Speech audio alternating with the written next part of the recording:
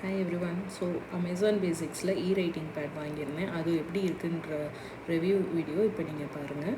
So இதோட MRP பார்த்தீங்கன்னா 899 and size வந்து 8.5 inches. மற்ற இதோட இது கொஞ்சம் பெருசாக இருந்தது. ஸோ ஆரஞ்சு கலர் வாங்கியிருந்தேன்.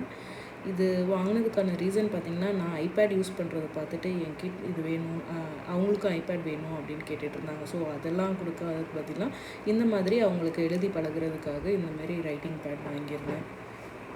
இது ரொம்ப மற்ற பிராண்டோட அமேசானோட பிராண்ட் கொஞ்சம் நல்லாயிருக்கும் அப்படின்னு சொல்லிட்டு கொஞ்சம் காஸ்ட்லியாக இருந்தாலும் இது வாங்கினேன்.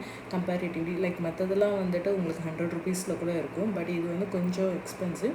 But still it's very good to use actually. So நான் ஆரஞ்ச் கலர் சூஸ் பண்ணியிருந்தேன். ஏன்னா இதில் தான் சுற்றி இந்தமாதிரி குட்டி குட்டி அனிமல்ஸ் இருந்தது. இதில் ப்ளூ கலர், பர்பிள் கலர்லாம் இருந்தது. அது வேணுனாலும் நீங்கள் சூஸ் பண்ணிக்கோங்க. ஸோ எழுதுறதுக்கு இது ரொம்ப ஸ்மூத்தாக இருந்தது. நான் ஃபஸ்ட்டு ட்ரை பண்ணி பார்த்தேன். மற்ற இதெல்லாம் வந்துட்டு சிங்கிள் கலரில் இருக்கும். இது வந்து பார்த்திங்கன்னா மல்டி கலரில் இருந்தது. எல்லாமே அந்த ஒரே க்ரீன் கலர் தான் இருக்கும் யூஸ்வலாக இந்தமாரி ரைட்டிங் பேடில். பட் இது அந்த மாதிரி இல்லை.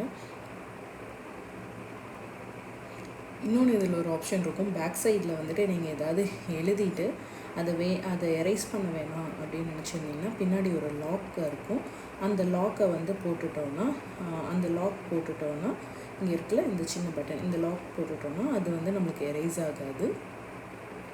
எரேஸ் பண்ணும்போது க்ளீன் ஒரு வேளை கிட்ஸ் ஏதாவது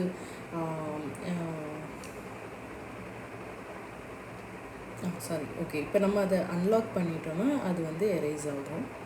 ஸோ அதுதான் அந்த பட்டனோட யூசேஜ். ரொம்ப தின் அண்ட் செம்ம வெயிட்லெஸ்ஸாக இருந்தது. லைக் 2 years ஓல்டு கிட்ஸ்க்கெலாம் கூட எல்லாருக்குமே சும்மா ஸ்டார்டிங் ஸ்க்ரிப்ளிங் பண்ணுறதுக்கு நல்லா யூஸ்ஃபுல்லாக இருக்கும். நீங்களும் ட்ரை பண்ணி பாருங்கள். லிங்க் டிஸ்கிரிப்ஷனில் போடுறேன்.